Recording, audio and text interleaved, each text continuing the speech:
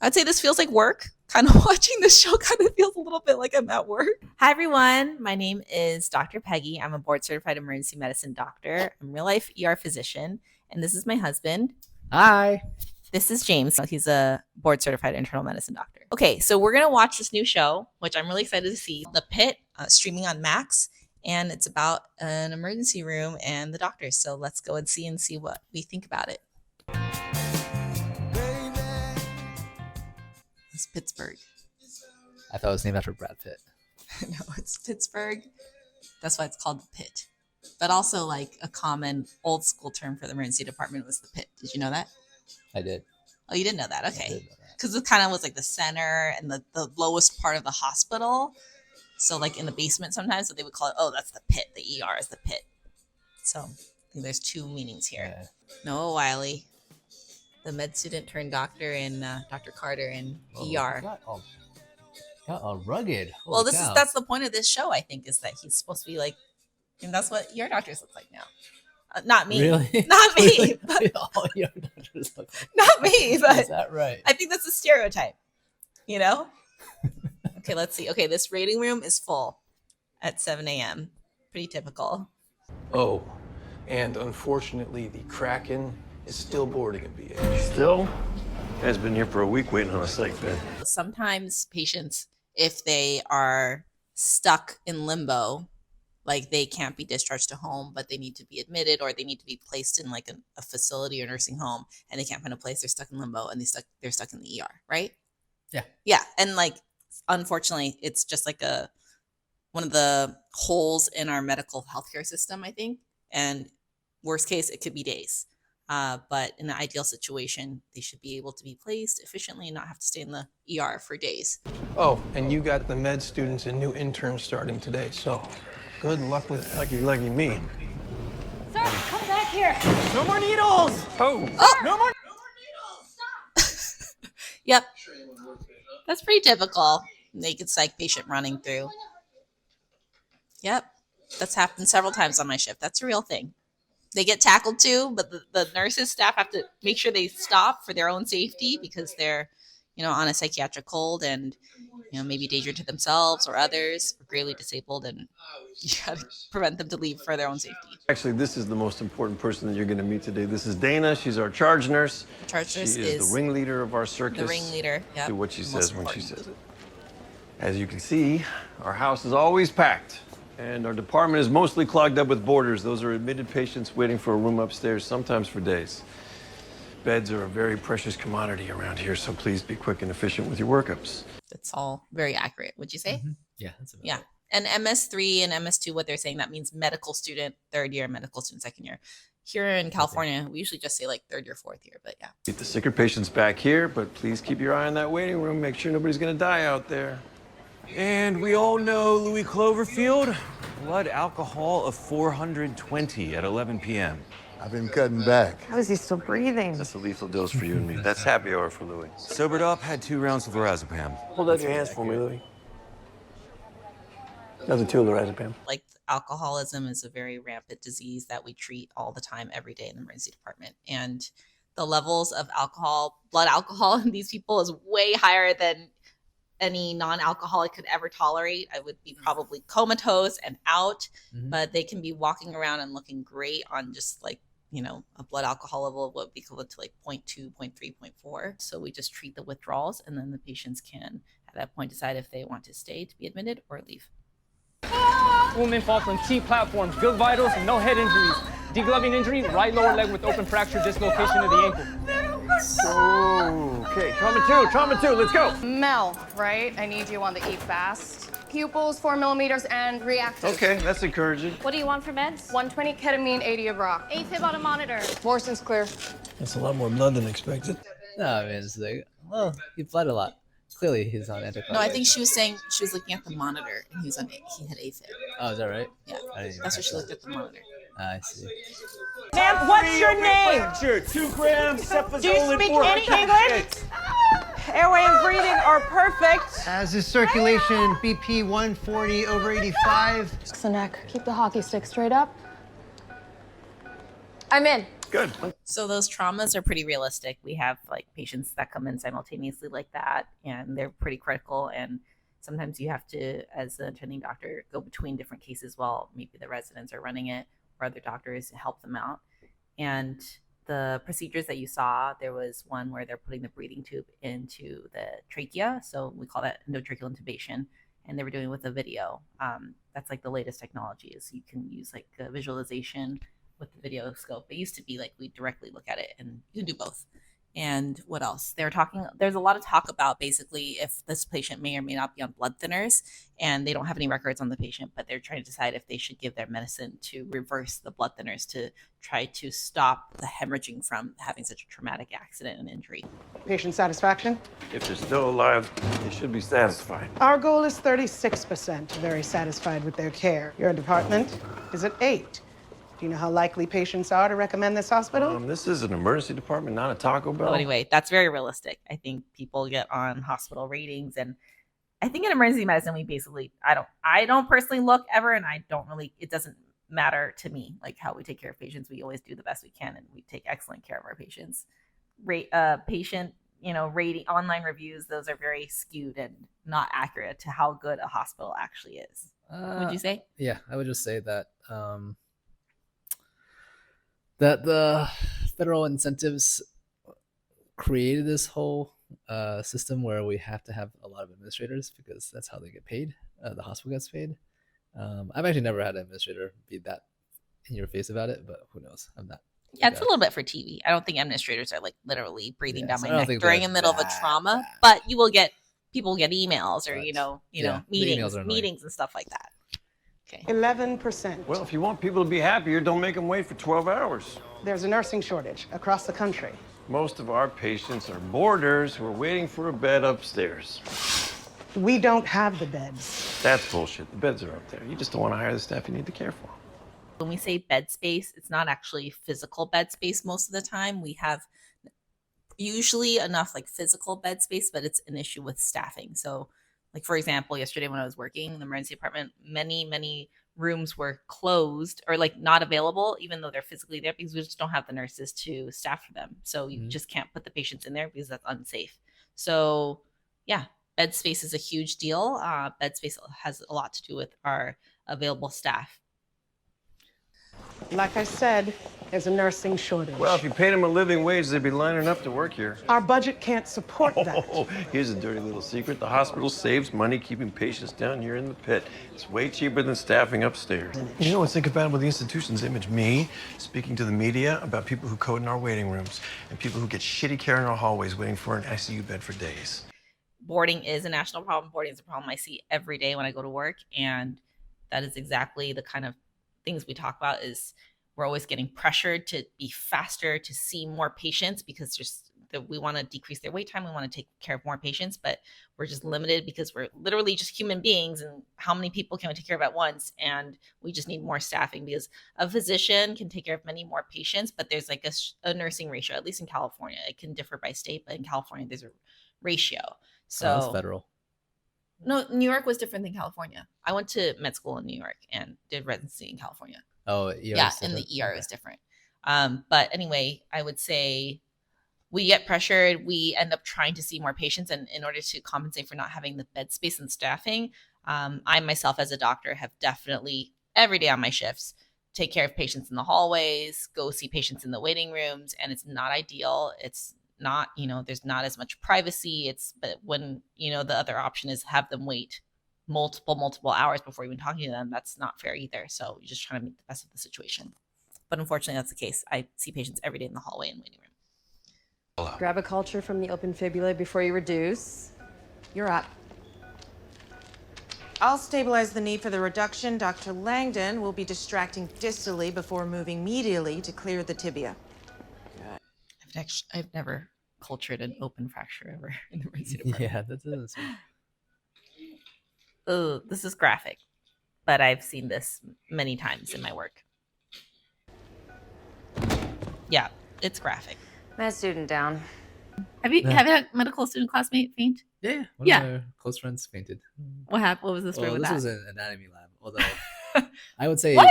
anatomy lab. Yeah. No, she's a close friend of ours. She's pretty badass actually, but I think she was just hypoglycemic. Oh, And, okay. That has nothing to do with what she was seeing. No.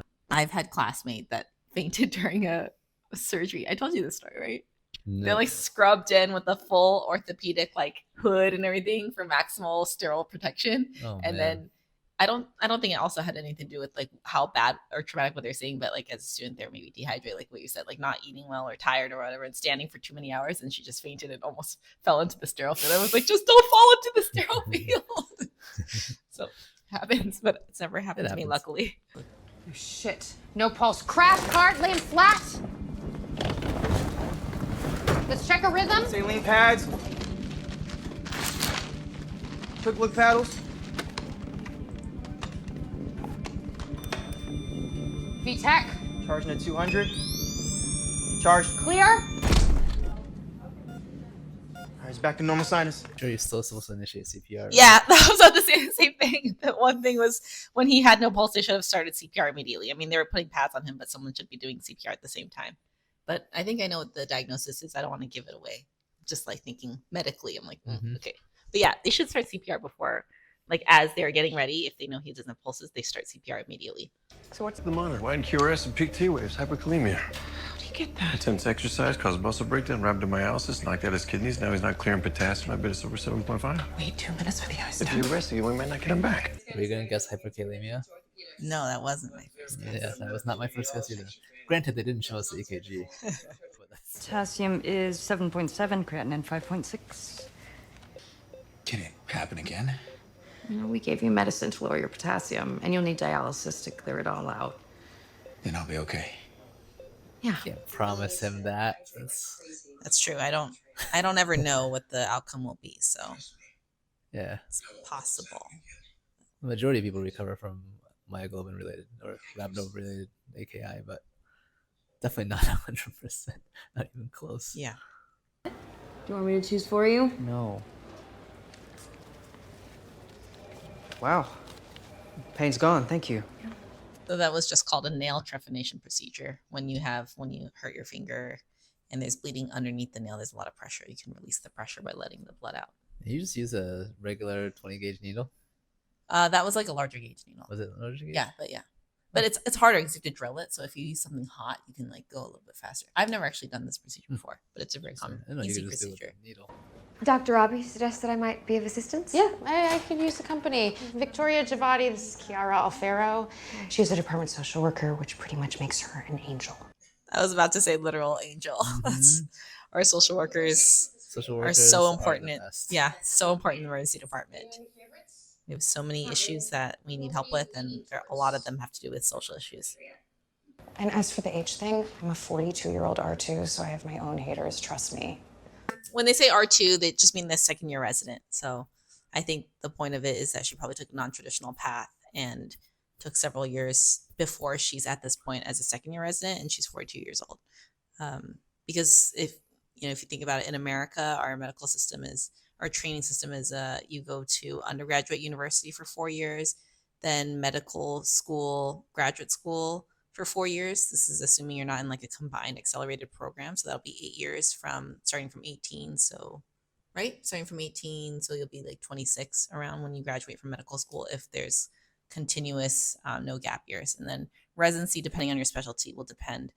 For emergency medicine specifically in our country, it's either a 3-year residency or a 4-year residency. So if you add that on, you could be youngest, maybe, 26 plus 3, you could be 29 when you graduate, or 30 when you graduate, youngest. Yeah, I just think it's, as a 41-year-old, damn, I can't do residency now. So people who go back and do it are probably, I mean, I have respect. They're probably like very, very motivated and probably have the best intentions. Usually. And they usually have a lot of life experience. They've done other things first. And so they're a little bit, it's just generalization, but this is something that they've decided later in their early life that they wanted to do. And so it's something that they're very dedicated to. Not to say, like, for myself, I never took any gap years. So it's just different all types of people can be residents and medical students at all ages. Advancing very slowly, looking for the hypercode tip. Very, very slowly. Do not hit that hard. Pulse ox is 99. Pressure's up 124 over 78. Looks like things are back to normal. That was cool. So that is called a pericardiocentesis, and it is very rare. I will say I've been doing this for 11 years so far, and I've never seen one done in the emergency department. Other people have, but it happens only maybe once, a couple times in someone's career, and it's rare.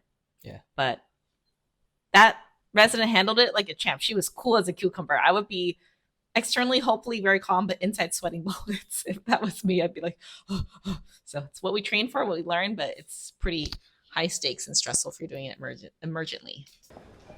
You want an EKG? For, Heart attacks can present as upper abdominal pain. yeah. No, yeah, that's a great idea. Thank you. That's true. Upper abdominal pain could be either abdominal or from the heart, cardiac. And also true that as a student, nurses are well seasoned and have taught me many, many things and saved my ass. Even now, they have saved me many times. So yeah, I always generally listen to the nurses. This place is nice. They have iPads for their results. What about gummies? No, we're very strict about candy, right? They were in my coat pocket. Are you fucking serious? Pot gummies? Yes, I'm so sorry. Yeah, that should be reassuring. Well, yeah, it's reassuring, but it's like, I think to the parent upsetting that the kid got into it. I will say that's realistic. That happens every now and then. It's one of the dangers of having things that look like candy that are gummies or chocolates, but actually have marijuana in it. So it is one of a common pediatric emergency department thing we have to think about and see. I mean, toxic ingestions, accidentally taking things that you shouldn't be eating, or, whatever, could be medication, could be foods that are, like in this case, edibles. Those things happen in kids often. Yeah. The good news is they recovered just fine. So yeah, this one should not be. This should not be a lethal diagnosis. If this is an edible ingestion, then it would just be supportive care, meaning we just monitor them and wait for them to slowly wake up. Yeah. The kid is very, very, very high compared to other possibilities like encephalitis or whatever. Or other types of ingestions, like if they took a medication like a beta blocker from a family member, that's much more deadly. It would actually impact the heart. Basically, this is like the most benign out of all the possibilities. So yes, I'd be angry, but I'd just be like, wow, that's great. Well, no, that is good, but I'm just explaining that this is a common presentation, and one of the dangers, and making sure anyone that has things like that, you have to put them out of reach of children, or don't have them in the house with kids, or have them clearly labeled. I've had also adults accidentally ingest things, like family members, maybe they're young, teenager or whatever, has like a drink that is, has marijuana in it, and then the parent thinks it's just juice and drinks it. So that happens. I got a situation. 18-year-old kid brings in his dehydrated mom. Dad died during the pandemic. Mom's vomiting is self-induced for the sole purpose of getting him here after she finds his death list for classmates. Okay. Yep, this is when I definitely get social work involved and help me out here. Yeah. Well, that seems a little dramatic. Have you ever seen anything like this? Would you just call the cops?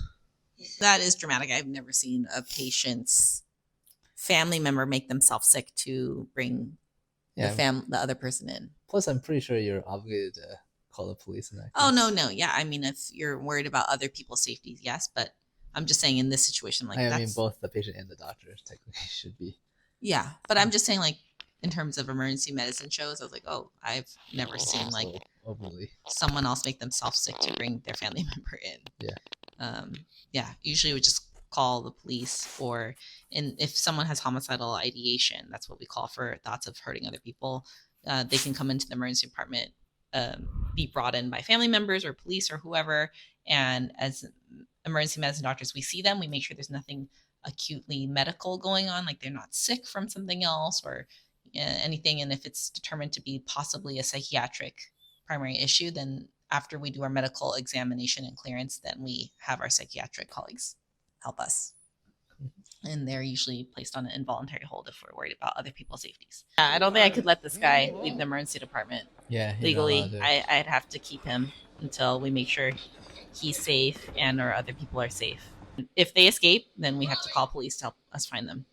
So sketchy the way he ran out of there like that. Yeah. You're like, oh, call the cops. Kind of have to. Yeah. Okay. Oh, that's the end of the episode. Yeah. Okay, It's a so long that episode.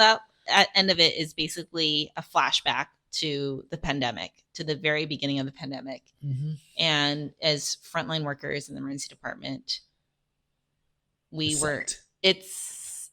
I would say I was probably spared. The East Coast was hit first with the COVID pandemic. And at that time, I remember hearing from my colleagues and friends about just lack of resources, so many people dying and severely sick, and there was not enough resources or space, but they just had to make do with what they had. And a lot of people in my field have been severely impacted mental health wise from that.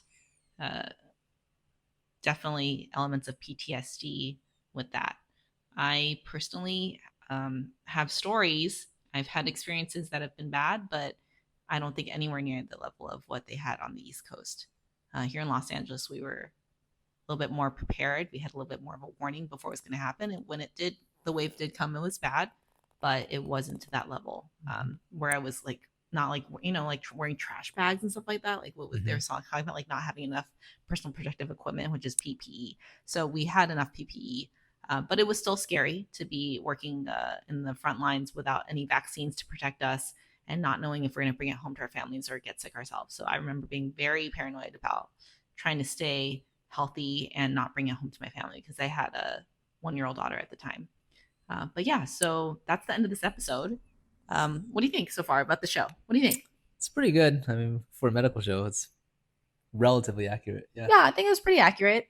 Yeah.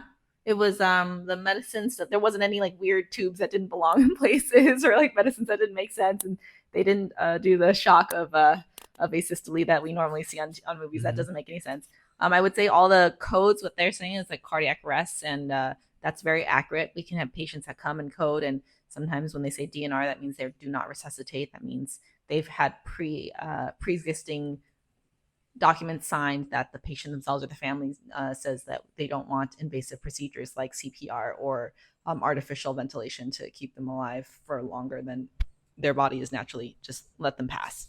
So that's accurate. I would say the codes were pretty accurate, and the pace of it accurate. I mean, I wouldn't say it's like that every single minute of the day, but there's definitely several hours where it could be a bad shift and it could be like this. So that's pretty accurate.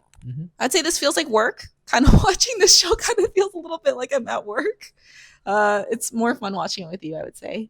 Okay, that's good. Yeah, and getting to explain to somebody else. Because if I was watching this by myself, I'd be like, why am I watching this by myself? It just feels stressful and a little bit like work.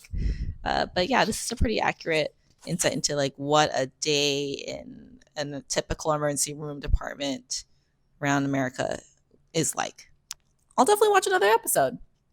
Yeah, all right. Thanks for watching.